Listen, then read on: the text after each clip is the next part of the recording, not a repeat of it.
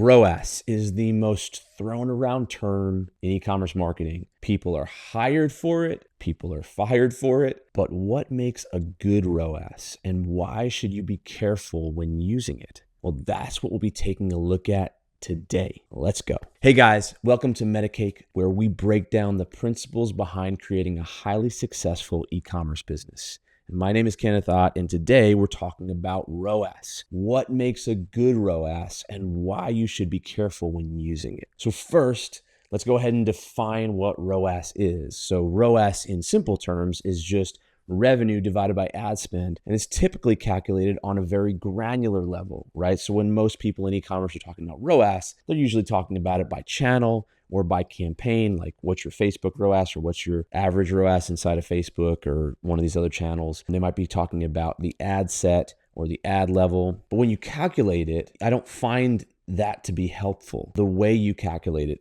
doesn't really matter. The revenue divided by ad spend. What really matters is the things that underlie ROAS, right?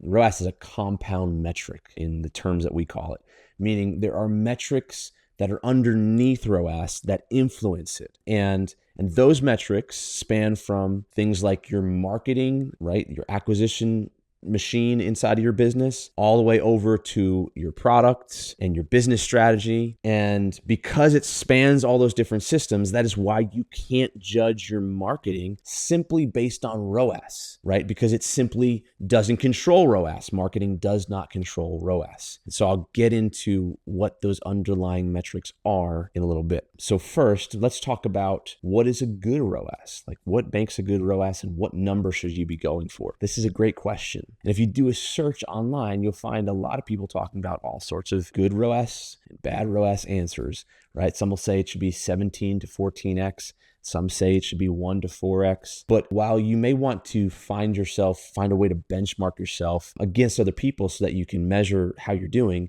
it's actually not possible to do. And I actually wouldn't recommend doing it. Why is that? It's like asking what is the average weight of a human being and then measuring your success or your health against that average weight. It makes no sense because it lacks the needed context about your situation, your body, in order for it to be useful. And in fact, if you did measure your health based on the average weight of a human being, you measure that without context and then changed what you were doing to try and achieve that, it actually might be dangerous, right? Because you have to take into account things like your height and your gender, body fat percentage, and all these other factors that are unique to you. And then, what your weight is in context of those other things. ROAS is the exact same thing for business, right? Things like your product price and your product line strategy and your product margins and all other factors have to be considered when thinking about what the ROAS for your business should be. And also the step in your marketing funnel is a factor as well, right? So is it a cold audience? Is it a warm audience? Cold audiences will convert lower than hot audiences. And so that being said, I'll give you some ideas on how to judge your ROAS just based on my opinion, right? And my experience in dealing with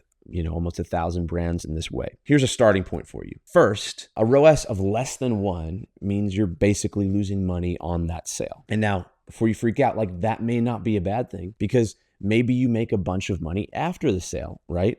Maybe you're okay with a small loss to acquire a new customer, knowing that your lifetime value is where you gain a lot more of that revenue, right?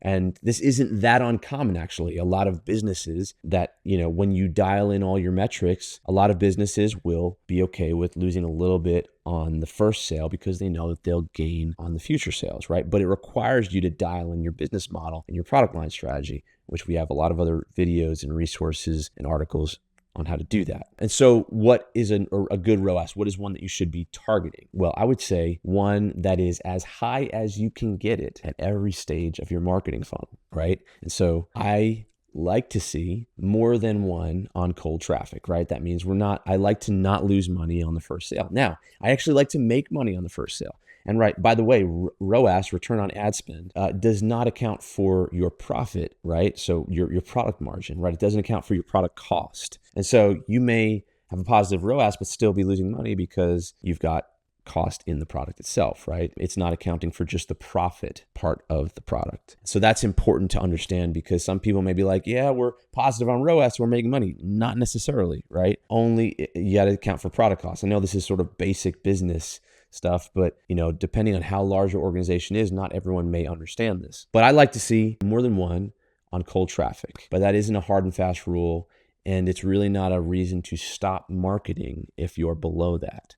I'll talk more about that later. I like to see it getting closer to 4x on warm or hot traffic. And there are some campaigns where we like to see 10x or more, but those are sort of, the averages. Now, if your product is a higher price, you may see a much higher numbers, right? If your product is a lower price, then you'll likely see a lot lower numbers. So again, depends on the context of your specific business and business model. Now, there are a few reasons we prefer not to use ROAS as the end all to judge success of marketing, success of your business. It's just not actually that helpful when you look at it, and it actually can make you take the wrong actions. Just like I said, like judging your weight based on the average weight of a human being might make you do things that actually could harm you. The same with ROAS. Like if all you look at is ROAS, it might actually make you take the wrong actions because you're not taking into account the underlying concepts that are creating it. So let's talk about what actions might be the wrong actions that it could make you take if you only look at ROAS. Well, the first one is you could shut off campaigns. You might shut off campaigns with low ROAS, thinking that they're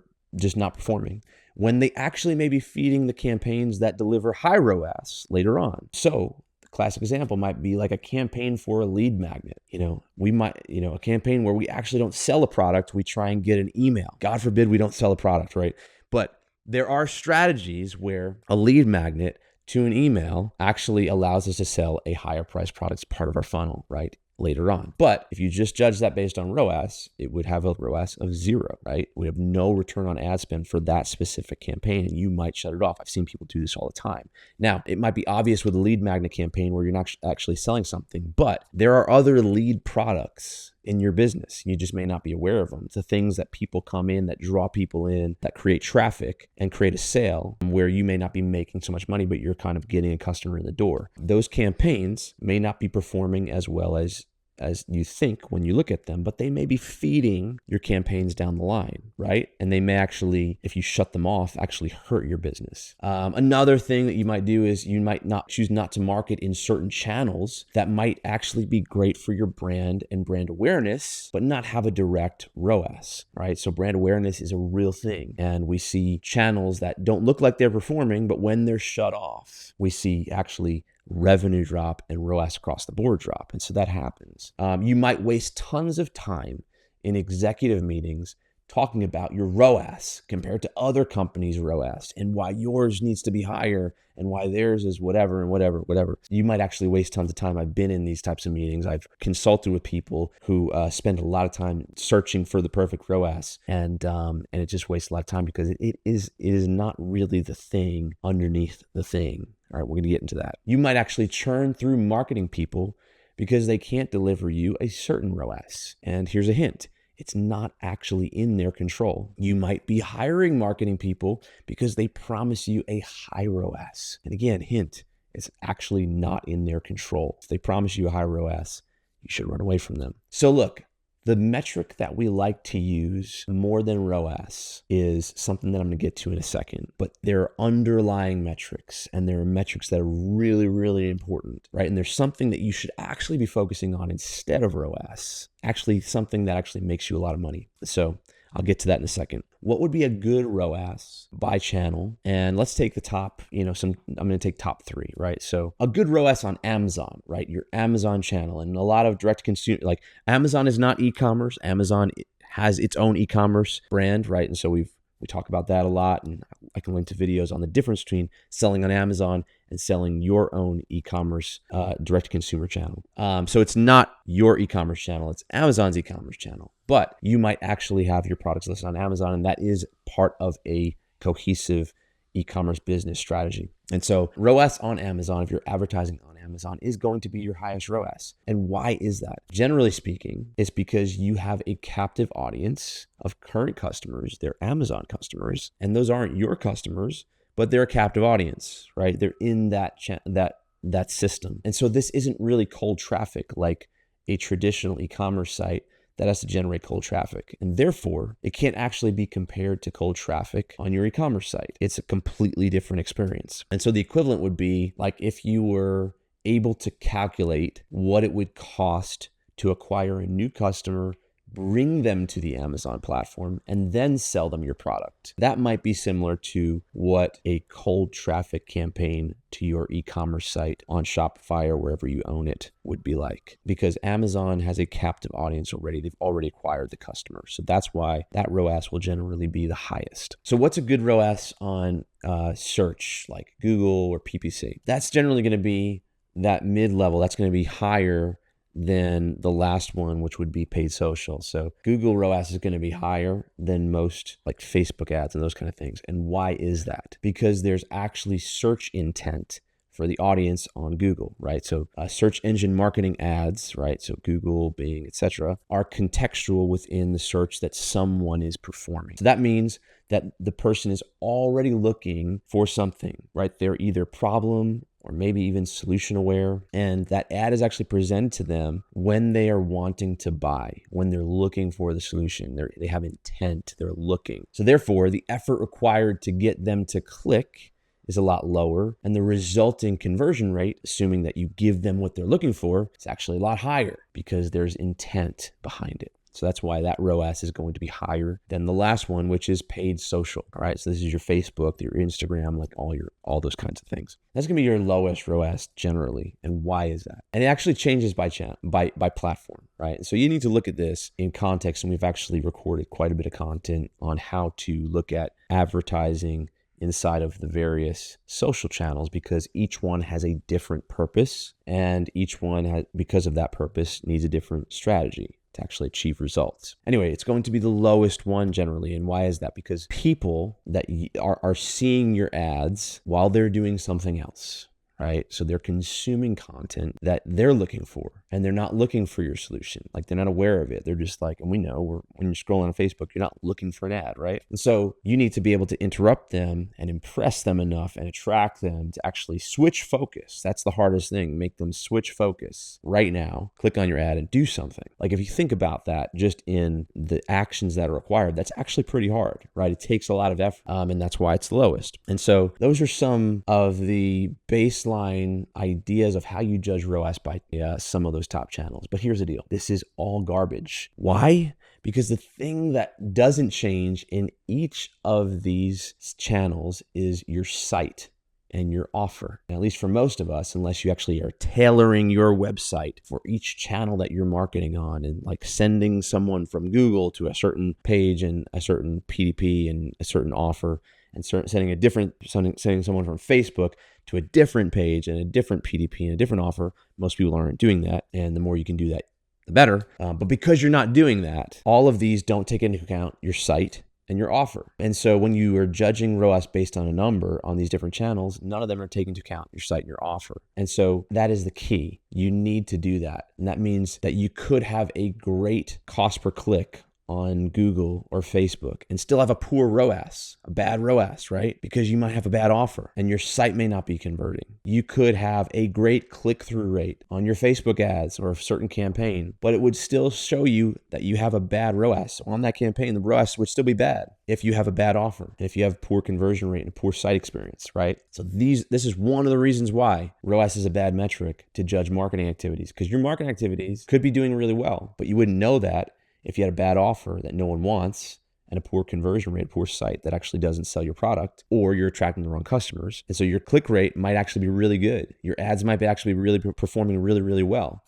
But the ROAS would show that it's bad. And if you weren't aware of these underlying metrics that I'm going to get into in a second, you'd actually think that that campaign wasn't performing, or you'd fire the person running that campaign.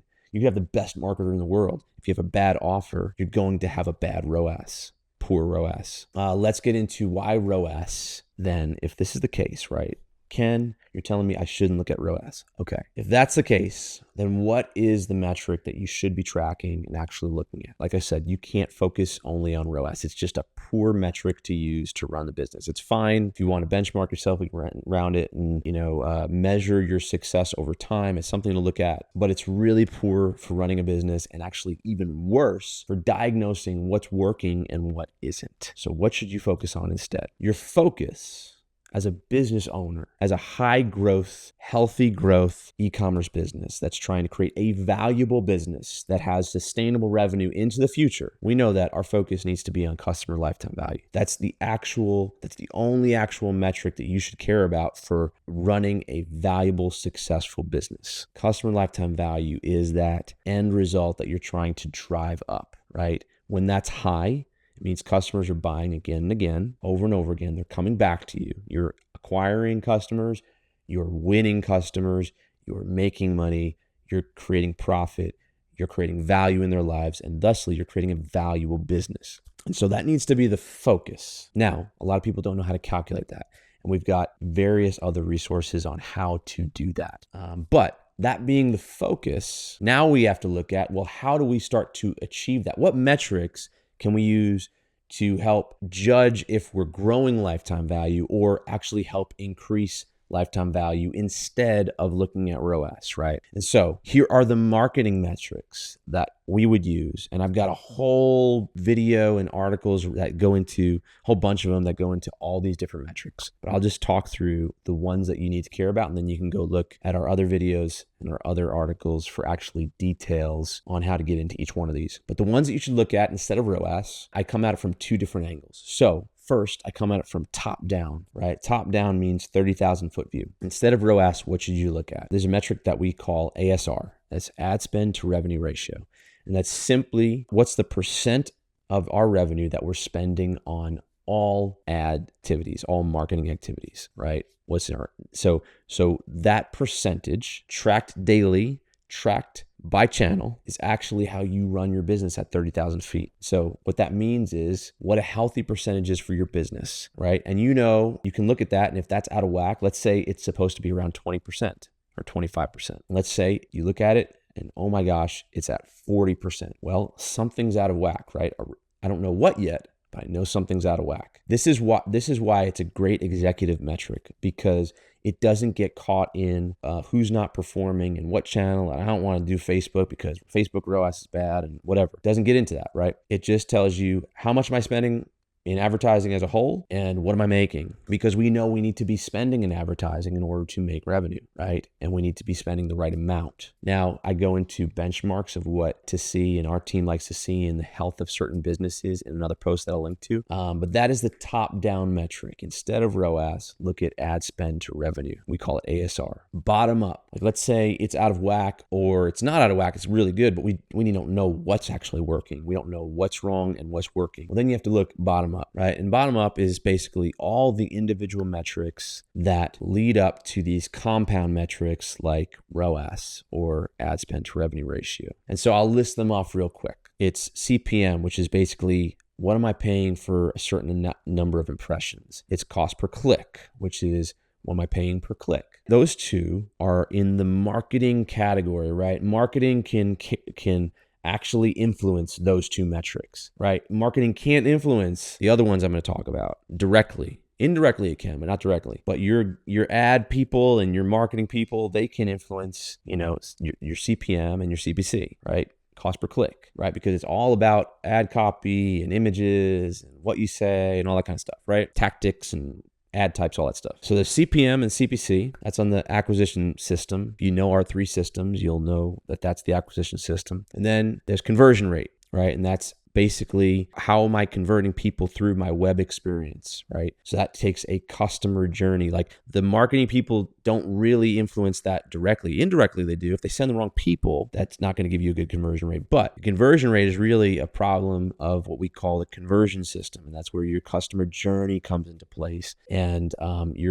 your offer and what your pricing model is and all these different things, right? So conversion rate is the third one. The fourth one is average order value, right? And so average order value is going to give you, it's going to directly relate to what that ROAS number is, right? Because that is the return. That's the sale. The return on the ad spend is the average order value. And I don't say product price, because average order value should be more than the product price. And we call this part of our maximization system, right? Average order value is where you maximize the value of every customer, of every purchase going through. And then the last metric that you should look at from the bottom up is metric that I said, the one you should be actually focused on, right? From a business standpoint, and that's customer lifetime value. So we say LTV or CLV, but that's essentially, how do I increase the value of a customer to me over time? Repeat purchases, more frequent purchases, subscriptions, even average order value actually flows into that metric. Those metrics are the metrics that I would look at from the bottom up to see what's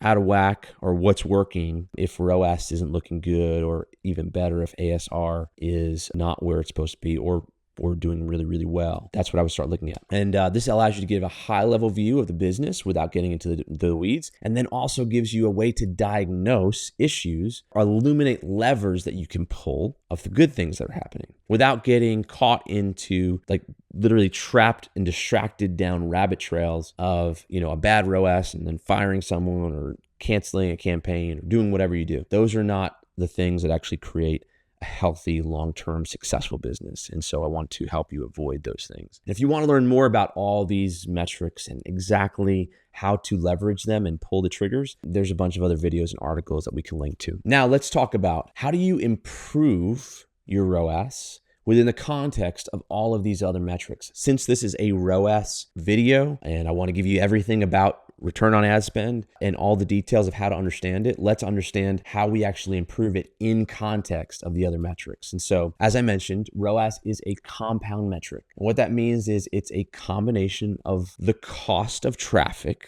right? So those ad impressions and ad clicks, and the site conversion rate, what percent of those people are buying, and then the average order value, right? What are they buying for, right? What's the price that they're checking out with, right? So that it's a combination of those three metrics, and actually just broke them down in even more detail for you. And so that means, to improve ROAS, you actually need to individually improve the underlying metrics. And in other videos, we go into specifically how to improve every single one of the underlying metrics. I'm not going to get into that right now, but here's a quick list of the top 5 ways that you actually, the big levers that you can use to improve all those metrics. It's kind of like, these ways are the tide that rises all your ships. And so I'm going to go into those really, really quickly. I'll just list them off. Number 1, understanding your e-commerce customer avatar. Understanding exactly who you're talking to, how they think, what they want, what the value is to them, what their pain points are, all the psychographic elements of who they are, and understanding that at a deep level and having them documented, so you should have 3 to 5. Some people have a little more, but 3 to 5 is a really good number. That's the first way to really improve ROAS. It's understanding who you're targeting and who you're talking to and who your customer is. The second way is better ad copy, right? So the tactics of actually advertising better. It's not actually tactics. I think we often get way into tactics, right? It's like what ad type and all this kind of stuff that matters, but it really doesn't matter.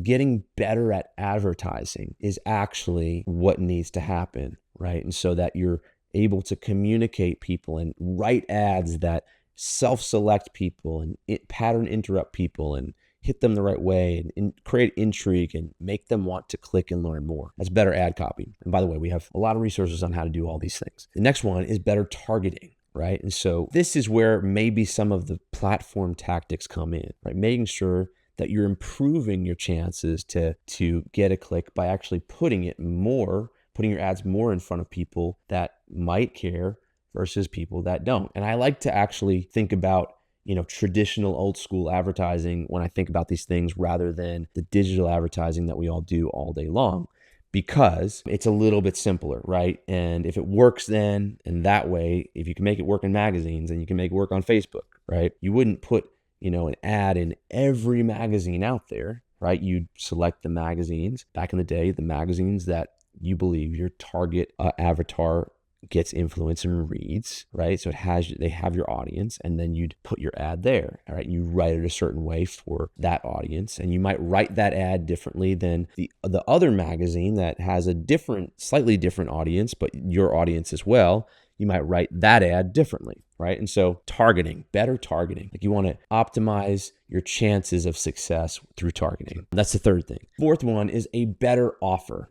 And this is really where most people don't focus. Just be honest, like most brands, when they see a poor ROAS, they automatically go to like right into the platform. Like, what is Facebook doing? And what is the person that's managing the Facebook doing? And like, why is it not working? I mean, better images, and they right into tactics, right? And that's unfortunate because I rarely see people working on their offer. And the offer is actually the big needle mover. Like, if you have an irresistible great offer, which by the way, we have a formula of exactly how you can put that together. There's actually several. But if you have a great offer, then all you need to do is put that in front of the right people, don't mess it up, and then they buy it, right? But if you have a poor offer, the best advertising in the world won't get someone to buy it at a high rate. And so working on your offer, how you increase your price and the value of your offer using information, okay? There's a skill to using just information, right?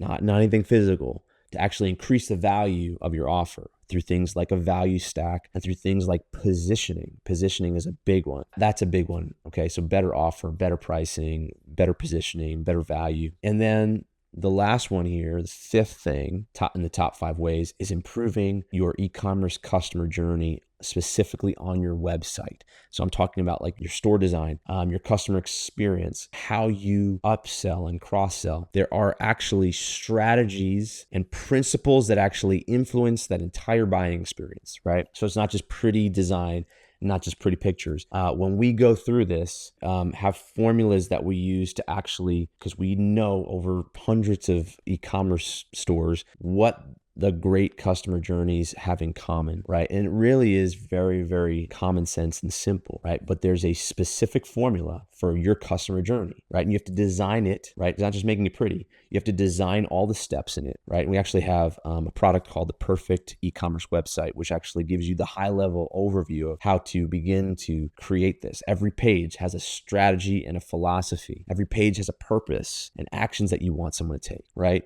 Moving them down the path.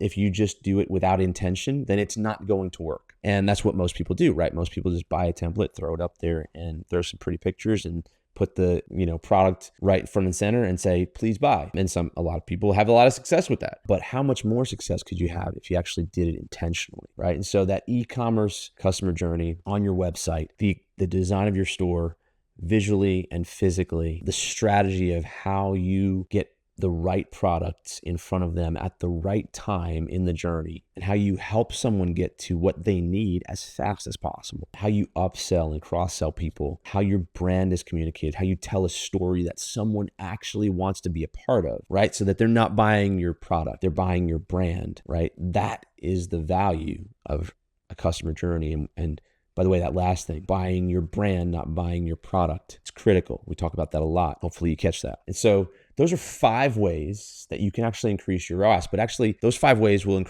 just help your entire business, right? Those 5 ways will increase your ASR, your ad spend to revenue ratio. They'll increase hopefully your bottom and top line, or if you do them the right way. But the bottom line is ROAS is, as I've said, not controlled simply by the marketing team, though that may be where it's reported. And maybe that's why people think that, the ads control ROAS, because maybe the ads report ROAS, but ads don't control ROAS. Your business model controls ROAS. And there are better metrics to even look at to actually diagnose how you're doing. And so hopefully now you see why ROAS in isolation is something only amateurs look at. And you are not an amateur. You're an owner, and to own and develop a great channel, you need to understand how to judge ROAS and other metrics and what to look at to really grow your business in very healthy ways. So if you're a 6 to 9 figure e-commerce business and you would like to work with us to increase your growth and your value, go to metacake.com to see if we're a fit. Thanks, and never stop growing.